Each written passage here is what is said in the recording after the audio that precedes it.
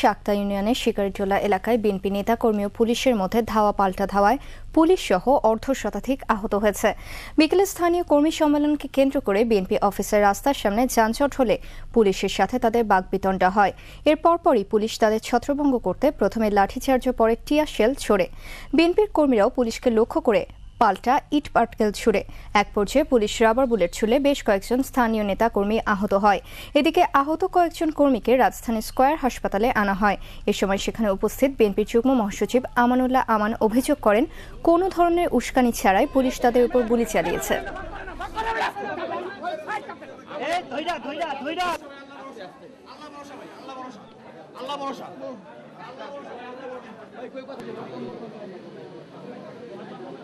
শুধু পুলিশ লাঠিচার্জ, প্রথম tear shell, তারপর গুলি, এবং দোতলায় যখন আমরা এক পর্যায়ে দেখছি যে জানলা দিয়ে টিয়ার সেল ঢুকছে, জানলা দিয়ে গুলি ঢুকছে, আমরা পরবর্তীতে যার যার অবস্থানে প্রত্যেকে ফ্লোরের মধ্যে শুয়ে পড়েছে এবং র্যান্ডাম চলছে গুলি, টিয়ার সেল।